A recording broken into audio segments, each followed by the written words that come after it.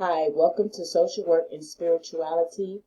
My name is Zambia Clark, and I will be exploring the religion of Islam.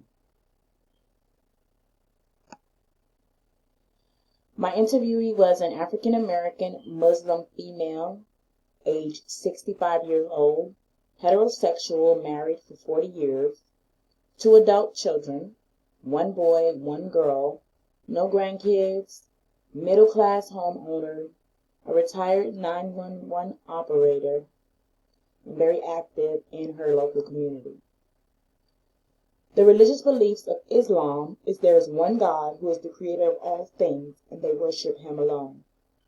The last given by God was Muhammad. The Torah, the Bible, and the Quran are the holy books used in Islam. Muslims believe in the prophets of the Old Testament, such as Abraham, Moses, Jesus, and the likes. And they also believe in life after death. They believe a person's destination to heaven or hell is determined by their good or their evil actions. In Islam, there's also a belief in predestination, meaning that one's life and death are already appointed by the Creator. However, man has free will over the good and evil choices that one makes while alive on earth. According to Van Hook, Hugen, and Aguilar, Islam is more than a religion, it is the framework for human living and development. There are 5 pillars of Islam that every Muslim must follow. The first is there is one God, and Muhammad is the last prophet, and this must be made by a profession of faith. This is known as the Shahada. Then you have the giving of alms.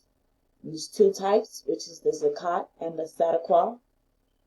We also have the daily required prayer 5 times a day, called Salat. And on the 9th month of each year, there is an obligatory fasting, which is known as Ramadan, and it's called Swam, and it's done from sunrise to sunset for 30 days. Fasting is done as a form of discipline to the body, as they consider those who are less fortunate. So this is a personal thing more than a godly thing, and it's also an act of obedience. Also, Muslims are encouraged to make a pilgrimage to Mecca during one time in their lifetime if they can afford to make that trip. Prayer life. The 5 times a day that they are obligated to pray are before the sun rises, as the sun rises, midday, as the sky is red before sunset, and at night before midnight. There are 2 types of prayers. The daily 5 obligatory prayers follow in order. They recite verses from the Quran, sing hymns, and then offer personal prayers. Dua is a personal prayer that can be offered to God at any time or location. The forehead is placed on the ground because this is the lowest you can get before God, and then burdens are released to God. After, hands are raised to give praise to God. Charity and alms. There are 2 types. The Zakat is the obligatory giving of 2.5% of a person's income after they have paid their expenses, and the Sadaqah, which is a voluntary giving because someone just wants to help or just wants to be generous to a person that is in need. My interviewee came to the acceptance of Islam upon meeting her husband. They met another couple and invited them to a lecture. And she said during the lecture they liked the way that Islam had such a disciplined way of life. It was able to offer them direction. They loved the worship of the Islamic faith. So they made their profession of faith many, many years ago. Marriage. A man in Islam can marry a woman outside of the Islamic faith as long as she is a righteous woman, a Christian, or a Jew. This is allowed because a man is the head of the household, so it is considered that he will lead his family in the Islamic religion. However, a woman may not marry a man of another religion because, once again, the man is the head of the household, the protector, and the guardian. He would lead her into another belief system. So she must marry a man of the Muslim faith. Divorce. Contrary to what many people think, divorce is permissible within Islam because they know that people are different and sometimes it's impossible to get along with people. Okay, either the wife or the husband can file for the divorce, and divorce is not taken lightly, and it should try to be resolved except in cases of abuse and neglect. Views on homosexuality. Muslims believe that homosexuality is a forbidden sin. They believe that God's word spoke this from the beginning of time, and God's word never changes. Their view on homosexuality is that all people have desires all the time. However, the sin is acting upon the desire. They do not dislike the people, they love the people, not the act. Homosexuality is viewed as a sin, just like adultery and fornication. My interviewee gave the example of a married woman desiring to be with another man. It's nothing wrong with that until she acts on that desire, and at that point it becomes adultery. The same thing with the person that has same-sex attraction. And however, if a person has engaged in homosexuality, God is a merciful and forgiving God, and He will forgive those who have committed this act and have chosen to repent from this act. A woman's attire. A woman's attire is her personal protection from being molested, and the coverings vary by cultural locations. They are not required to wear burqas, but body parts that will bring attention from the opposite sex must be covered, such as hair, lips, arms, legs, breasts. They try to wear the same coverings worn by Mother Teresa and the Virgin Mary. The only time a Muslim woman may be uncovered is in front of close male family members, such as the fathers, sons, uncles, brothers, grandfathers, father-in-laws, and the likes.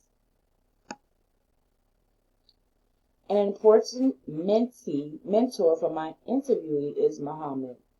She stated that Muhammad was important to her because he lived a simple life and he loved all people, including his enemies. She told a story about Muhammad being tortured daily by a woman. As he was traveling, the woman would throw stuff in his way, torture him with all type of hateful words. However, one day on his journey, he noticed that she wasn't there, and he inquired as to where she was. He was informed that she was sick, and he wanted to see her. As he went to go visit her, she inquired as to why he would want to see her after she was so mean to him. And his explanation was because she was one of God's creatures, and that it was important to see about one another. This is the merciful act that God has blessed him to have. So, she said that he was blessed by God to be a merciful man, and she wanted to follow his examples.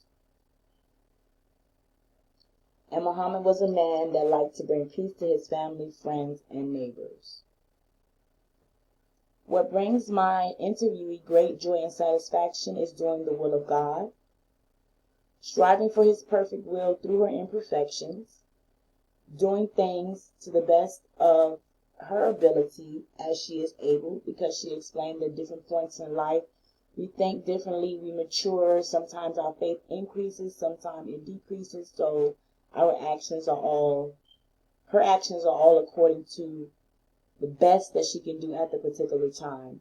She feels great joy and satisfaction when she has her daily prayers completed, when she's able to visit the sick, when she's able to help neighbors and other people.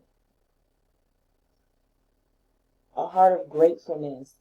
She's grateful as her life as a Muslim. She's grateful for her family, close and afar. She's grateful for the countless blessings in her life, the opportunity to worship God daily, for health, strength, and simple things such as beds, pillows, sheets, water, cups, plates, food that we sometimes take for granted. Her aha moment was during reading an article magazine where it was talking about the importance of on-time prayer. And it was saying that basically if the prayer isn't offered on time, it could possibly delay things that are supposed to happen at a particular time in our life because that prayer was not offered at the right time. And also they equated lazy prayer life as lax on other important things in life.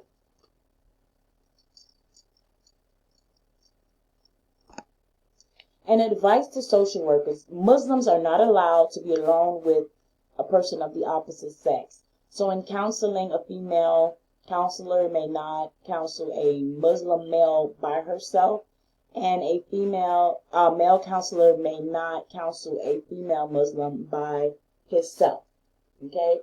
And the reason for that is because they believe that God says that two people left alone, it's very easy for them to engage in activities that are forbidden by God. So they always like to have a third neutral party involved with them. In counseling a woman, she will not look into the man's eye, and that is just part of modesty of the culture. So as social workers, we need to be knowledgeable about cultural and spiritual beliefs. And last but not least, always ask to find the level of comfort for the client. On the micro level, we can be educated on the cultural norms, ask the client to explain their religious beliefs, build a rapport with the client. And we can also help clients identify and apply beliefs and rituals from their culture that can facilitate the healing process. Ethnic group affiliation, cultural identity, and the strengths of the ethnic and cultural community is pivotal to the strengths-based intervention. At the meso level, we need to look at the person and environment to help navigate and connect to available resources. Since 9/11, there has been a great increase in Islamophobia. So we need to educate and debunk the stereotyping of Muslims.